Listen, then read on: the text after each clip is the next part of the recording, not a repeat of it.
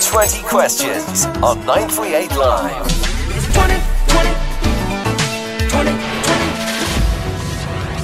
If we typed Hazriq Idrus into a Google search, what would we get by way of search results? What I hope is that people could find the words like public speaking, creativity, training, MC, or even maybe acting perhaps, because of my background in the performing arts industry. And so far it turned out that way.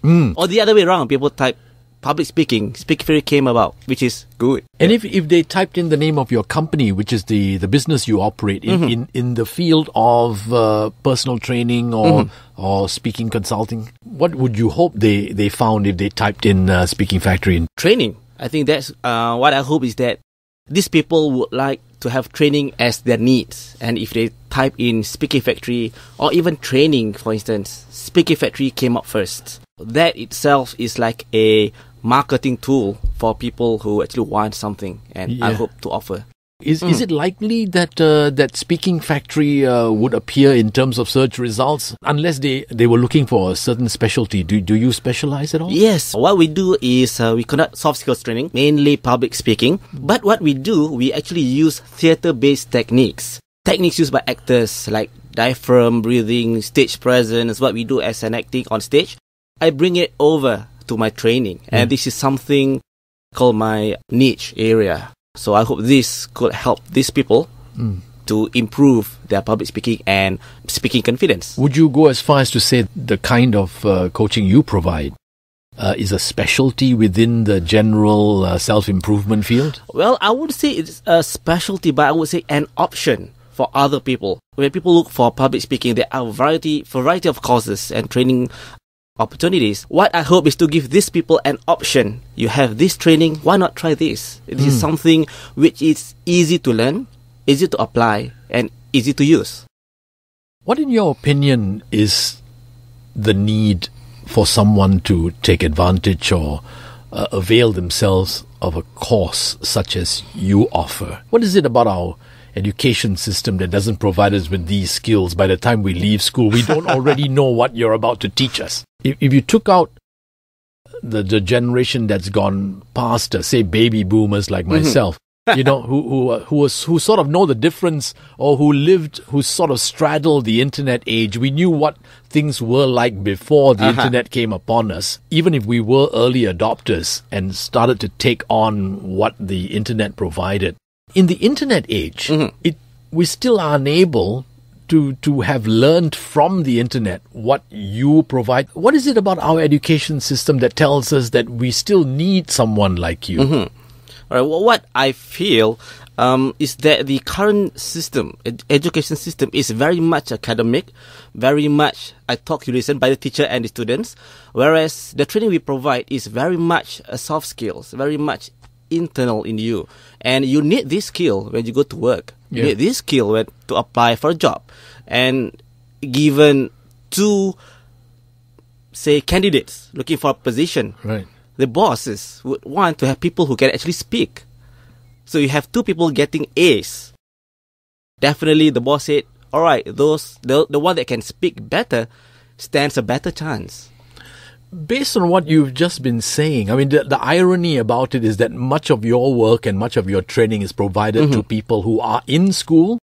You train the trainer in order to incorporate that into their teaching, and yet during the course of their work, they're not in the business of teaching what you teach them. Yeah.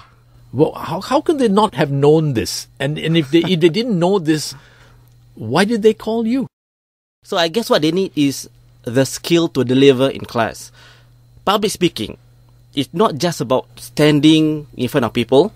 It's also about delivery, using diaphragm to speak out loud. And if we have about 30, 40 students in class, if you don't actually speak out loud, you can deliver the message. So this training which we offer help to build the confidence, to increase the voice in class. And once they have that, they can deliver their own training materials, whatever subject they actually do, not necessarily be public speaking. But if they do, they will be good, but usually not.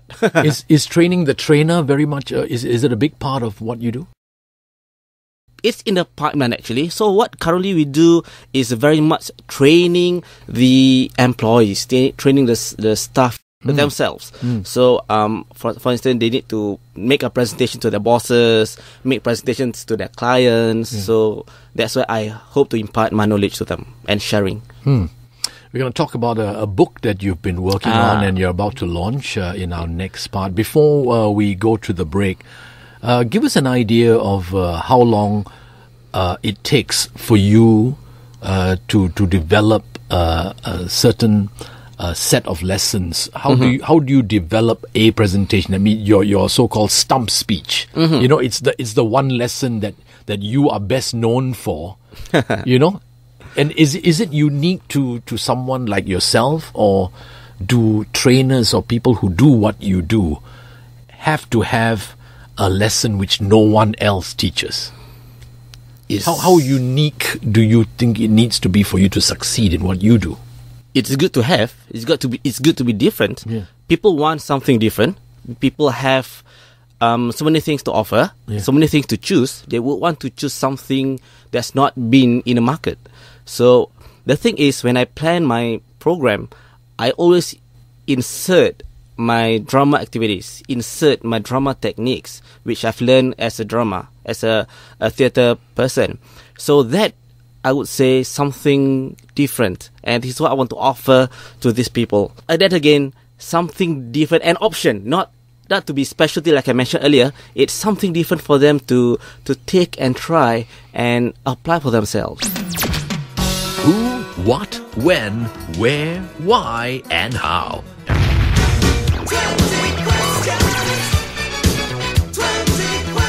20 questions on 938 Live.